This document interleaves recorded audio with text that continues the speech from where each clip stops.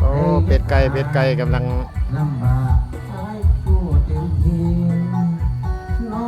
กินเหยื่ออาบน้ำโอ้สุดยอดเลยน้องพุ่นนกก็มีนกกังแกครบสุดจากนกจากไก่จากเป็ด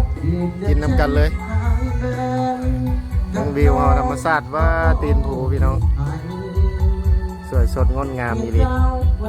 ธรรมชาติล้วนๆมานี่นะ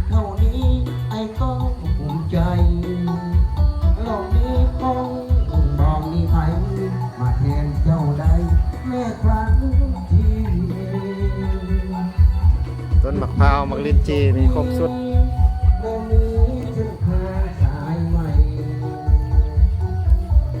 น้องปลากันอุดมสมบูรณ์นี่เลยมันนี่เนาะ